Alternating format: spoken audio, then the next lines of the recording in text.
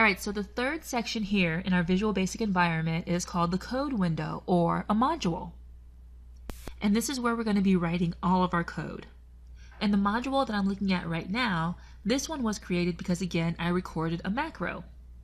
But by default, when you use Excel, a module is already created, whether you use it or not. Let me show you. If I go over to my Project Explorer and double-click on Sheet 1 there, you'll see here, this is the module or code window for Sheet 1. I can use it, but I don't have to, but it's there by default. Okay, I'm going to go ahead and close that to get back to my module, the one that was created through the macro. And let me point out a few different features of this code window. At the top, there are these two drop-downs. The one on the left-hand side is my object drop-down, and the one on the right is the procedure drop-down.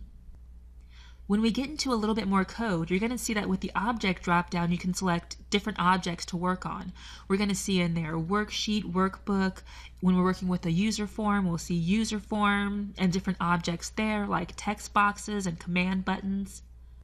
And then after we select an object, we can then go over to the right-hand side and select some type of event procedure to use on that object. So for example, if we had workbook as our object on the left, we would see on the right-hand side open, or we might even see change. We'll take a look at that a little bit later on. Now here, since I'm only working with code, the object drop-down there is only going to display general there inside of parentheses. And my procedure drop-down box on the right-hand side is just going to list any existing macros that I have. So you see there it says relative macro, and if I click on it, it also has my name. That's the other macro that we created. All right, I'll go ahead and close that.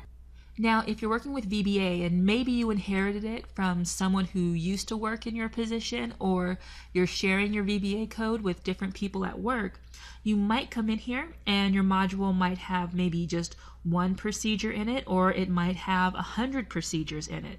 This one actually has 2.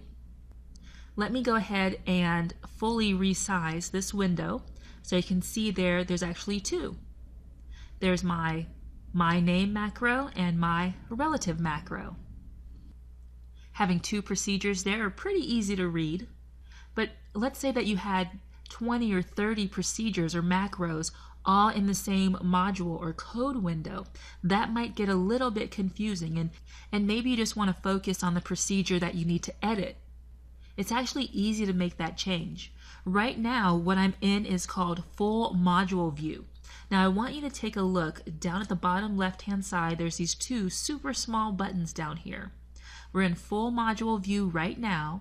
If I click on the first button here on the left, it's procedure view. Now right now my cursor is blinking inside the relative macro procedure. So when I click on that button for procedure view, it hides all other macros or procedures and just allows me to focus on this one.